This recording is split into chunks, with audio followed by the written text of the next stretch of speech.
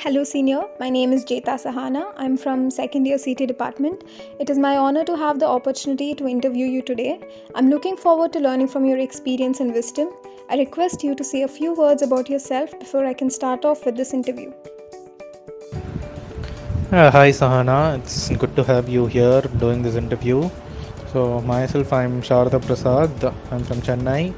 I graduated from MIT in 2020 from the EC department, and I used to be the editor-in-chief of Quill while I was in MIT. So yeah. So I'll start off with my first question for you, Senior. My first question is, what company are you placed in and what does it do?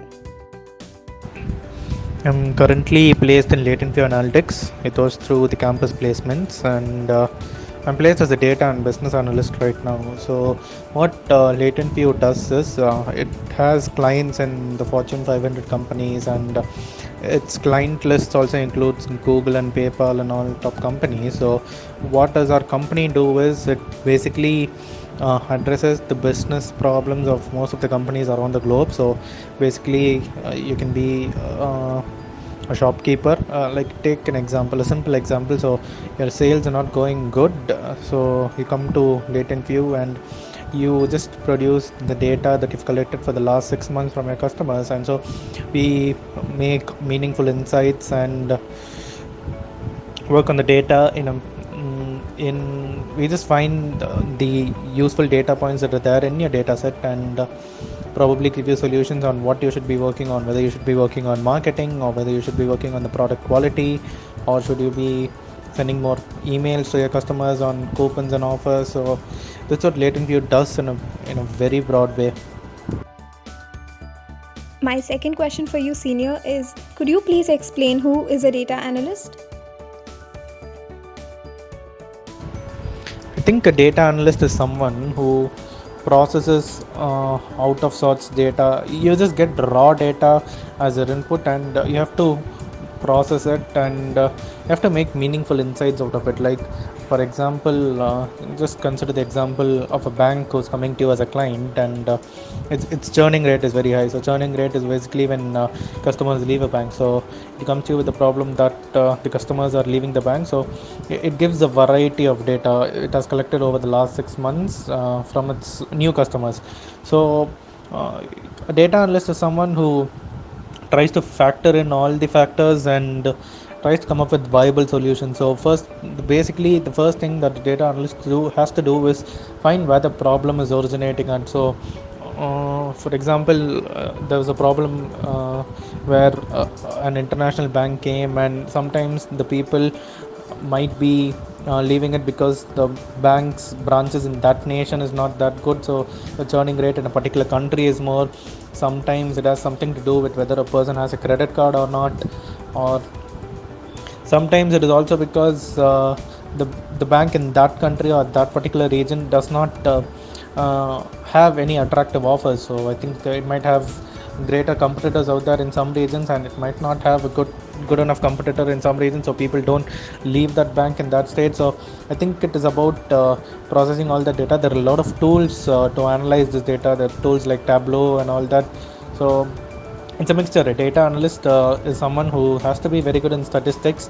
There's a very good myth that is going on out there that a data analyst need not be good at statistics, but has to be very good at coding. I think it's the actual opposite. It is easier for someone who is very good at statistics to apply those logics in coding, and for someone who is good at coding to then come and learn the nuances of statistics. I think that is a bigger step up. So I think it's a combination of both being good at math and also knowing how to get your job done with coding and the other tools that are used to analyze data, because it's not ordinary data, right? So you have some 10,000 rows or 1 lakh rows, I guess, and you have a lot of fields. So you just can't do it manually. You just need to know how to get the tools right, and yeah. My next question is, could you share your interview experience, Senior? My interview experience at Latent U was very smooth. We had first round was aptitude, second round was a group discussion, and then we had three technical interviews and one HR interview.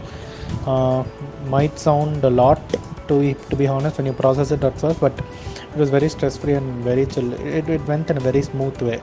So in the first technical interview, I was given a guesstimation problem on how many. So consider the interviewer. He asked me, consider I'm having a Domino's outlet at Adyar. Estimate how many orders, home delivery orders, should I be taking on a particular night. Like when such a problem is asked, you don't have to go and straight away tell the result to him. It is more about how you approach that process, the problem solving process, and try to factor in the various variables that are going to affect how many orders that he's actually going to deliver. So yeah, so that was mostly the first interview. And so when it comes to these problems, so basically what I said was, you have to take into account if a cricket match or a big sports event is happening on that day, and depends on whether a weekday or if it is a weekend. Then you have special offers in Domino's on Wednesday, so you might have an increase in orders because of that. And even if the weather is inclement, there is a chance that your orders might get reduced. So these were the factors that probably I told him at that time. So this was the first interview. The second interview was more or less him asking questions about my resume and about my project. So make sure you're always ready to explain your project for up to 5 to 10 minutes, including drawing architecture diagrams and all that. So you have to be very prepared with that. So that was the second interview. The third interview was another guesstimation problem. This was asked by, I think, a team lead or something. So what he asked was, consider I'm starting a drug company for cancer in India. What is the yearly turnover will I get? So you have to factor in India's population, how much of the people are actually prone to cancer, how many people are affected with it, and what is the cost of each drug, and how many can actually afford it, and all that. So you have to scale down from India's population to a number which is probably the yearly turnover. It's not about getting the result though, it is about how you approach the problem and how you get the right variables. So that was that. And the HR interview was a walkthrough. I think they were just asking basic details about me and my family, so that's it. My next question is an extension of the previous question I had asked Senior. What are the skills we need to improve while attending such an interview? I think one of the primary skills that any person has to have or possess, irrespective of the domain that is going to work to, is incredible communication and speaking skills. I mean, you can code well, or you can have all the technical knowledge in the world, but if you don't know how to present yourself, I think you're going to have a very, very tough time cracking all these interviews. So I think soft skills and communication skills come first. I think they are the primary skill that anyone should possess, and they should fine tune themselves if they're not good at it. And the second thing is just pick a domain and try to be the best at it. I mean, can continue, keep working towards it. This is one thing. Most software people do this, I guess. Just pick something and keep working on it until you get good at it. But you can also try out different domains and become a jack of all trades person. So it's up to you. There's no particular formula. Okay, there's no one true elixir in this world. I think it depends on each person's approach. I mean, don't even consider what I said right now seriously, because you might have a different approach to how you go about achieving your goal. So you can stick to one domain, or you can also be shifting across domains and sort of become a jack of all trades person. So there's no one fixed formula where if you do this it pertains to success. It depends on you. So the basic thing is, if you're good at something, never do it for free. Next question for you, Senior, is how was your experience during this placement season? The experience is good. I think it was satisfactory, is what I'd say, to be precise. And it took a while. It took about a month and a half for me to get placed. So firstly, I went into CityCorp's technical interviews, but I didn't expect a lot out of CityCorp, because I'm not that much of a coder. I'm not So Citicorp basically expects software development engineers. So I just went there probably to get exposure. I didn't hold any expectations for myself to get a job in that company. So I got into Citicorp's interviews, and then Caterpillar came. So since I'm from ECE, Caterpillar also came for associate engineers in for electronics. So I did have my hopes up because I did the aptitude and the GD rounds well. So the interview, it went well. It went above average, I guess. But yeah, I didn't even I wasn't selected in Caterpillar. But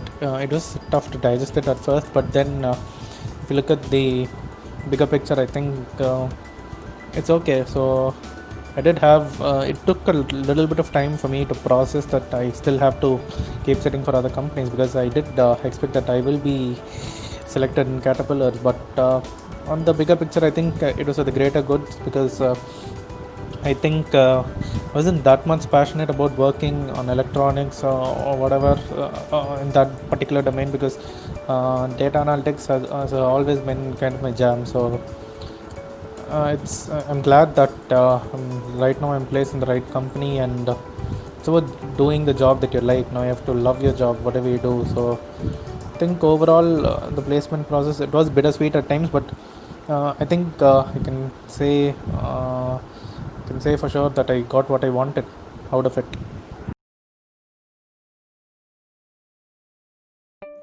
The next question I will be asking you, senior, is rather an intriguing one that all of us juniors often ponder about. Speaking of happiness while pursuing passion, what would be your advice to us juniors about our goals? Yeah, that's a very good question to be asking, to be honest, because a lot of juniors, people in first year and second year do get insecure at times on whether they're going to land a good job or whether if they'll be happy with that job and all that. My only advice to you is don't ever subscribe to someone else's version of happiness or someone else's version of fun. You know what makes you happy, and if you can realize what makes you happy on a daily basis, even if it means that you have to slog for it, I mean, if it gives you the satisfactory feeling that you have completed something while also enjoying the process, it's more about the process, right? People say you have to like enjoy the result and all that, but even the process by which you slog and all that has to be cherished and enjoyed. So yeah, whatever makes you happy, just make sure you get paid for whatever talent you have. So if you're good at something, never do it for free. That's my advice to most of you guys. So it's okay. The best thing that probably MIT has is it has a very good student community. Like all the senior junior thing, you can ask any of the seniors how to go about something when you're at a dilemma of sorts. So obviously most seniors have been there for me, and I have been there for a few of the juniors. So yeah, each people do have their own set of people to look up to. So my only advice is keep looking up to them, because they would have also crossed the road that you're crossing right now. They've been through that path, so there'll be experience in that way, and experience is something that can never be bought, right? So when someone is actually sharing their experiences and saying this is what I've been through, so if you do this, you can probably succeed at that. That works pretty much most of the time. So yeah, so one thing is, don't ever subscribe to someone else's version of happiness, and the second thing is, always have people who you can look up to for guidance and mentorships and all that. So always have a mentor. That's something that's very crucial, I guess. It doesn't have to be from your own department or your own stream. Someone who can actually push you to the limits. My final question for you, senior, is could you tell us how you feel now that you have reached the end of a 4-year-old long journey with lots of friends, experiences, and a passionate job in hand? Feel very satisfied, complete, and at peace, because I think college was one of the best 4 years that I've ever had in my life. I mean, had a lot of fun and had a lot of joy interacting with people across the different strata of life. Especially MIT gives you that. I mean, you can encounter a lot of new people. I mean, like people from very different forms of life. They're very it's a very diverse background here at MIT. So that's one thing. So yeah, the overall feeling is kind of sad right now because we didn't get the ending that we deserved with respect to the virus that came and spoiled it. But yeah, I think looking back, I think these are probably the best 4 years of my life, and I'll always be trying my best to probably keep in touch with the community and the college through your juniors. So that's one thing, and other than that, yeah. So obviously, you have to move on, right? So MIT did give me a lot of stuffs, like whether it is the people I got into touch with and the experiences that gave both sweet and sour experiences that make you complete as a person, right? So that is one thing. So I'm very very grateful and indebted to MIT for the 4 years, because it not only gave me a very good career to begin with, it also gave me an amazing set of people who I can have lifelong bonding with. So yeah, so that's the feeling.